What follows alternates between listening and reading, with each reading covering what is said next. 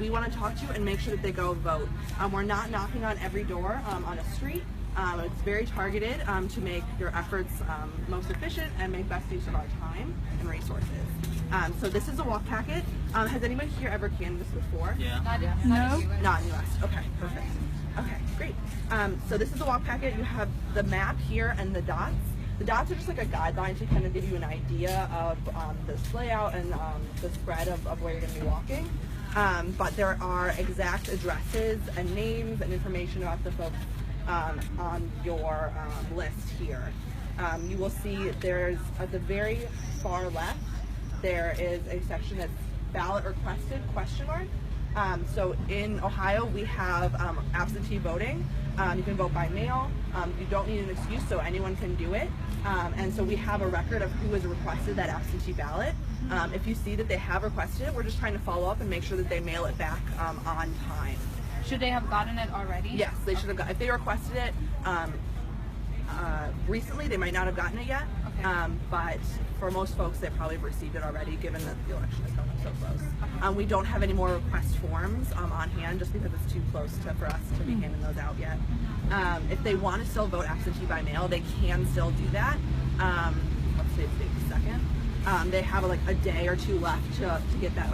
Tomorrow is actually the last day to get that request in. So if they want to vote early, definitely recommend that they go vote early in person.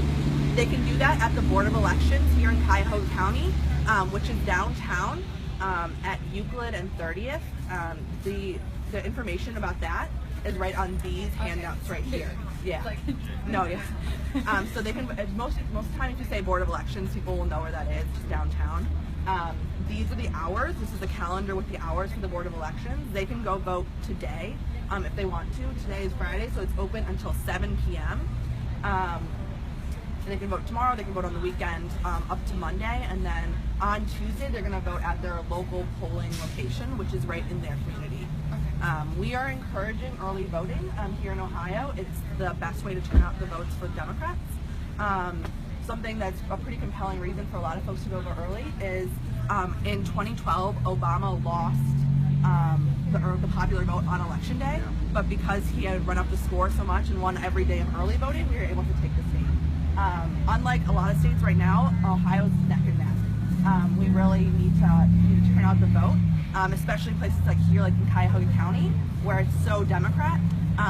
We need people to go vote. Right now, turnout is down from where it was 4 years ago. We're down by about 15 to 20%. And the rest of the state is not quite down to that level.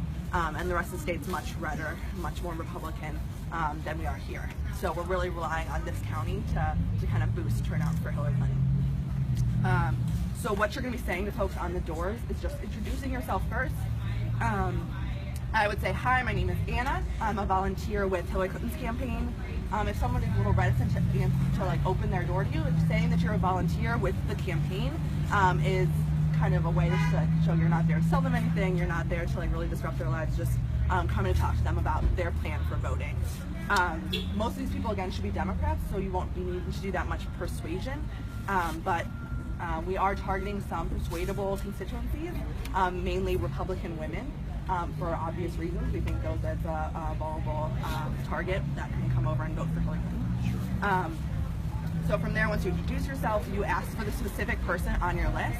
Even within a household, we're targeting people very specifically. For one reason, we might not have talked to them yet. We might have talked to the other person in the household and not them.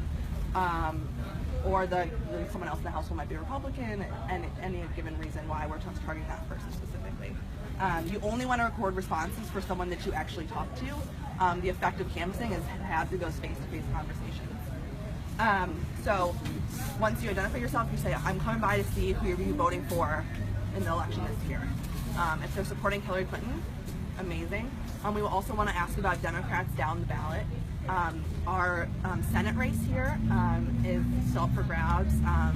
Ted Strickland is running for Senate against an incumbent Republican, and so we want to get his name out there. And Ted Strickland, yeah, it says Strickland right here.